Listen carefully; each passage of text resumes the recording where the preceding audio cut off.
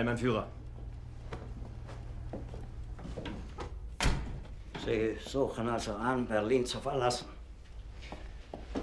Mein Führer, wie Sie wissen, sind alle ärztlichen Administrationen und Verbände, die der SS und Himmler unterstellt sind, inzwischen aus Berlin abgezogen.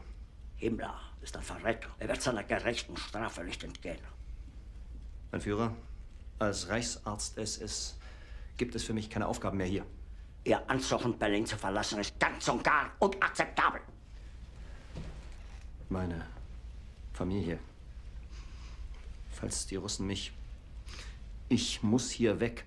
Sie haben nichts Unrechtes getan. Was Sie mit Ihren medizinischen Forschungen erreicht haben, dafür werden Ihnen kommende Generationen dankbar sein. Ich übernehme für alles die volle Verantwortung.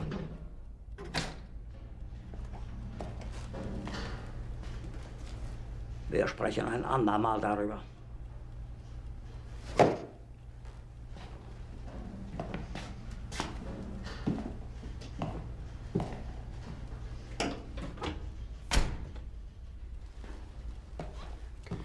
Wir können den Gruppenführer Fegelein nirgendwo finden.